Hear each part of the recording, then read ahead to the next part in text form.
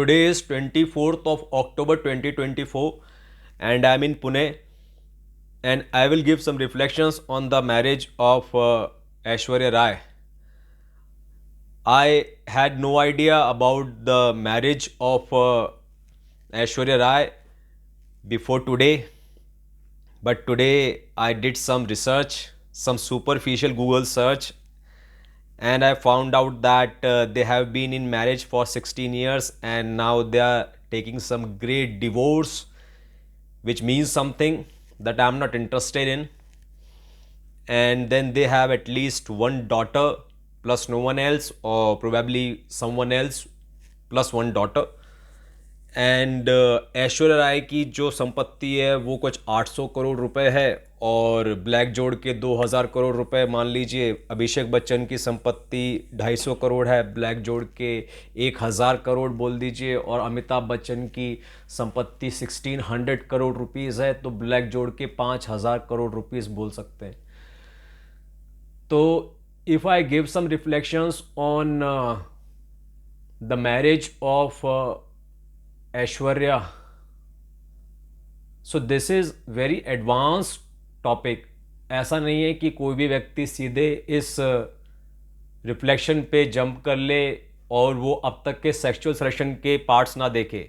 Basically 4 parts of sexual selection have been published, 5th part is unlisted, 6th and 7th part are yet to be compiled, so this will be 8th part of sexual selection। तो अब तक का जो भी हमने neuroplasticity, evolutionary neuroplasticity, mate selection के ऊपर हमने 3-4 घंटे के जो लेक्चर दिए हैं, और ये साबित किया है कि कुछ भी मॉरल इमॉरल नहीं होता है, वो सोसाइटी की इंटेलिजेंस की कमी की वजह से intuition, creativity, will and courage and resources available at the disposal and the capability to manage those resources, उन सब की वजह से जो चीज़ें हैं वो सोसाइटी में सिंफुल हो जाती हैं।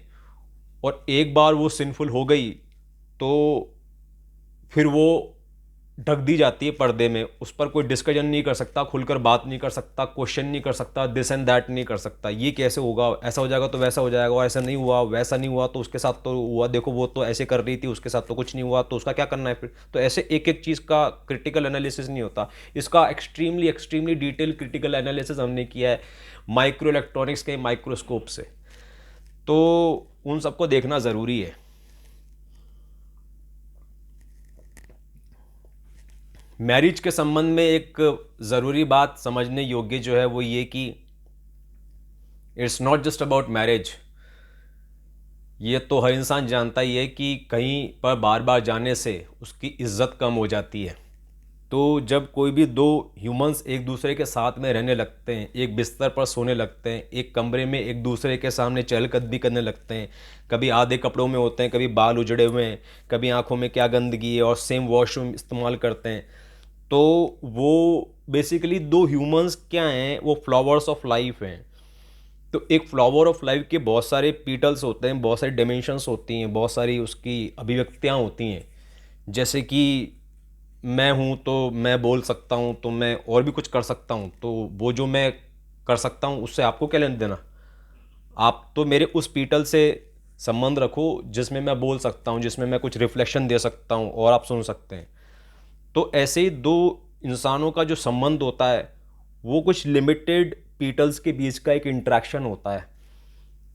दो इंसानों की जो अभिव्यक्तियाँ होती हैं, खुल की अभिव्यक्तियाँ, उनके कुछ पीटल्स का इंट्रैक्शन होता है कि मैं और तुम साथ में बात करेंगे, अच्छा, मैं और तुम साथ में खाना खाएंगे, अच्छा, बट मैं और तुम साथ में शिट तो नहीं करेंगे, और हम दोनों एक दूसरे के लिप्स को टच कराएंगे, हम एक दूसरे के कोई और पार्ट्स को टच नहीं कराएंगे अपने लिप्स से। तो मतलब कि कोई भी गंदा पार्ट अपनी बॉडी का जो उन दोनों की नज़र में गंदा हो, तो वो एक दूसरे के उन गंदे पार्ट को अपने लिप से टच नहीं कराएंगे। तो मैं ये कहना चाह रहा हूँ कि हर एक इंसान का हर एक जो डायमेंशन है, जो एपर्चर है, जो उसका एक्सप्रेशन है, उसके फ्लावर ऑफ लाइफ का पीटल है, वो हर एक एक्सपीरियंस में लेना आवश्यक नहीं है। लेकिन जब एक इंसान दूसरे इंसान के साथ में रहने लगता है तो उसको ये पता चलने लगता है कि इस इंसान की बदसूरतियाँ क्या क्या हैं। ऐसी बदसूरतियाँ जिनको जाने बगैर, जिनको देखे बगैर भी मैं जीवन जी सकता था। कुछ ऐसी बदसूरती है जो उसके और मेरे बीच के जो इंटरेक्शन है उसको हर्ट करती है। कुछ ऐसी बदसूरतियाँ हैं जो उसके और मेरे बीच के इंटरेक्शन को हर्ट करती हैं। तो ज़रूर उसके बारे में डिस्कशन किया जा सकता है टीसीपी के माध्यम से। बट अगर उस इंसान की कुछ गंदगी है तो वो जाके बाथरूम में ठीक करे, अपने आप को सेल्फ हाइजीन करे, उससे दूसरे पार्टनर का क्या लेना देना है। तो ऐसे ही हम ये कह रहे हैं कि जब एक सिंगल कमरे में, एक सिंगल वॉशरूम को, सिंगल बेड को शेयर करने लगते हैं एक से अधिक लोग, वो दो दोस्त हों या बाप बेटा हो या माँ बेटी हो या दो अजनबी हों जैसे कि रूममेट, या दो अजनबी जैसे कि हस्बैंड वाइफ, तो उन दोनों की वैल्यू धीरे धीरे कम होने लगती है एक दूसरे की नज़र में, जिसकी वजह से उन एक दूसरे के जो उनका इंडिविजुअल एक्सपेंशन है वो एक दूसरे के साथ टकराने लगता है। तो एक तो उन दोनों का जो इंडिविजुअलिस्टिक एक्सपेंशन है वो भी टकराने लगता है, बिकॉज वो टकराने ही वाला था, क्योंकि ये फ्लावर ऑफ लाइफ अलग है और ये फ्लावर ऑफ लाइफ अलग है। अगर ये फ्लावर ऑफ लाइफ ये फ्लावर ऑफ लाइफ होता तो फिर ये फ्लावर ऑफ लाइफ क्यों होता। ये फ्लावर ऑफ लाइफ अलग है और ये फ्लावर ऑफ लाइफ अलग है। अगर ये फ्लावर ऑफ लाइफ ये फ्लावर ऑफ लाइफ होता तो फिर ये फ्लावर ऑफ लाइफ होता ही क्यों। तो वो इसीलिए क्योंकि ये अलग है और इसका एक्सपेंशन अलग है। तो एक्सपेंशन अलग अलग है तो दोनों को एक साथ में रखने की कोशिश करोगे, दोनों को एक ही खाना खिलाओगे, एक ही शेड्यूल से दोनों चाय पियेंगे, एक ही शेड्यूल से ऑलमोस्ट आगे पीछे वॉशरूम इस्तेमाल करेंगे और एक ही टीवी को देखेंगे, एक ही खिड़की के नज़ारे को देखेंगे, एक ही सड़क की पॉपों को देखेंगे, तो एक ही विचार को दोनों के दोनों साइमल्टेनियसली प्रैक्टिस करेंगे। कुछ ऐसी इन्फॉर्मेशन है जो अपने टेम्पोरल ब्रेन के अंदर वो दोनों साइमल्टेनियसली फायर करवाएंगे। कुछ ऐसी इन्फॉर्मेशन है जिसको वो अपने अपने ऑक्सीपिटल लोब में साथ में फायर करवाएंगे। जैसे कि दोनों ताजमहल साथ में देखने जाएंगे, दोनों के दोनों फिल्म साथ में देखने जाएंगे, तो ऑक्सीपिटल ब्रेन के अंदर फायरिंग साथ में करवाएंगे। तो ऐसी बहुत सारी चीज़ें साथ में करेंगे जिसको करने में कोई प्रॉब्लम नहीं है, बट वो उनका एक कॉन्शियस डिसीजन होना चाहिए, एक माइंडफुल डिसीजन होना चाहिए। वो एक माइंडफुल मैरिज होनी चाहिए, माइंडफुल रिलेशनशिप होना चाहिए, relationship with the self reflection होना चाहिए। तो हम कहाँ थे, कहाँ से कहाँ आ गए, फिर जहाँ आ गए वहाँ एक दूसरे के संपर्क में आ गए, तो संपर्क में आ गए तो फिर अपना अपना क्या बचा, और जो पहले अपना अपना था उसका क्या करना संक्रांत भाई, तो उसके एक्सपेंशन का क्या। और जब साथ में आ गए तो जो अपना अपना था, जो अपना अपना नहीं रहा, अब वो हमारा हो गया, तो उस हमारे का क्या प्रोग्रेस है, उसमें टीसीपी क्या है, कम बोलो गम बोलो क्या है। तो ये सारी जो टीयूएस की शिक्षाएं, उनके आधार पर इस रिलेशनशिप का मूल्यांकन कहाँ है। तो जब मूल्यांकन नहीं है तो एक दूसरे के जो गम है, एक दूसरे के कन्फ्लिक्ट है, एक दूसरे का जो एक्सपेंशन है, वो मजबूर करेगा उस रिश्ते को तोड़ने में, और टूटना भी चाहिए था, क्योंकि जो इंस्टीट्यूशन ऑफ मैरिज है उसका उद्देश्य कभी to ease, to facilitate the expansion of individuals नहीं था। उसका ऑब्जेक्टिव तो लॉ एंड ऑर्डर था, सोसाइटी के अंदर एक शांति बनी रहे, एक सामंजस्य बना रहे। तो सामंजस्य कब बना रहेगा, जब सभी पुरुषों को शादी करने का अधिकार दिया जाएगा और हर एक औरत की शादी करा दी जाएगी, ताकि कोई भी पुरुष बिना औरत के ना रहे और किसी पुरुष को एक से ज़्यादा औरत ना मिले, और कोई भी पुरुष औरत की प्राप्ति के लिए बलात्कार ना करे, और फिर औरत भी किसी पुरुष के संग से अछूती ना रहे। तो इसलिए ये कुछ डिसऑर्डर ना हो जाए, कुछ क्राइम ना हो जाए, किसी के साथ कोई बहुत बड़ा अन्याय ना हो जाए, कोई नशे में, कोई डिप्रेशन में, अकेलेपन में, किसी भी चीज़ से वो ग्रसित ना हो जाए। इसीलिए ज़रूरत थी कि ये मैरिज बना दो और साथ में एक दूसरे को रहने के लिए मजबूर करो, which is an excellent idea. लोग मुझसे पूछते हैं कि रेप क्यों होते हैं। अरे रेप क्यों होते हैं और रेप क्या होता है, इसको तो हम देख लेंगे, बाद में डिस्कस कर लेंगे, विस्तार से क्रिटिकली एनालाइज कर लेंगे। बट मैं आपको ये बताना चाहता हूँ कि जो भी होता है उस पर बहुत ही शानदार तरीके से विजय पाई है सोसाइटी ने मैरिज का इंस्टीट्यूशन बनाकर। क्योंकि जो काम वासना है पुरुष की, उसका उसको क्या करना है ये पता चलने के बाद भी वो एक बहुत ही कठिन मार्ग है, एक शक्तिमान का मार्ग है।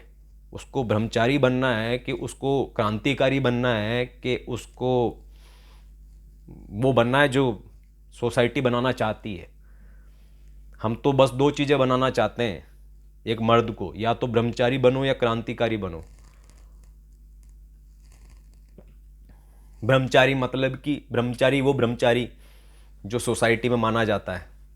वो माना जाता है कि औरत जो है परमात्मा की, उसको परमात्मा की दुष्कृति मान के चलो और उससे बैर रखो, उसका चिंतन, उससे मिलन, उसके बारे में किसी प्रकार का वार्तालाप ये निषेध है। तो अच्छी बात है, मैं तो उसको स्वीकार करता हूँ। तो लेकिन वो शहर में या गांव में रहकर नहीं हो सकता।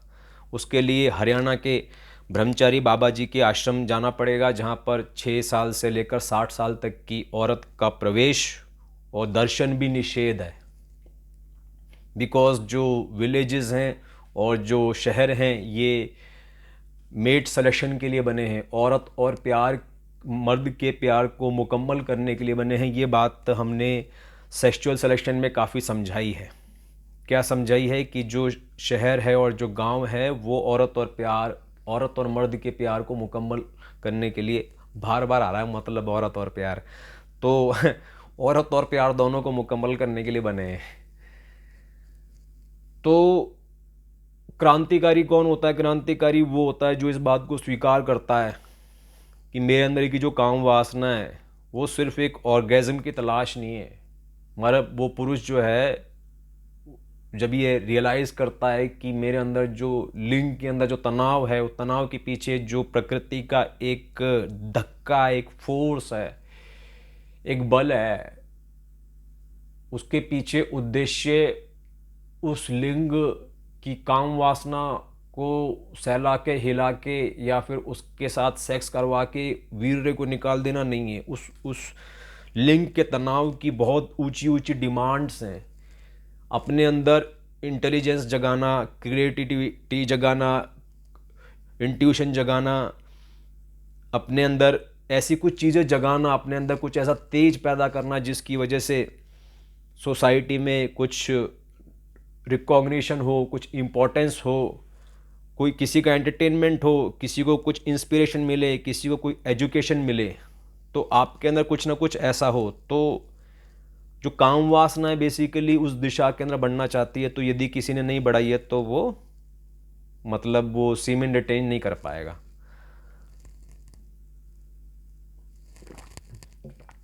तो ऐश्वर्या राय के केस में हमको ये समझने की ज़रूरत है कि जो मैरिज है, पहली बात तो ये मैरिज के ऊपर किसी ने इतना क्रिटिकली एनालिसिस किया ही नहीं है। तो वो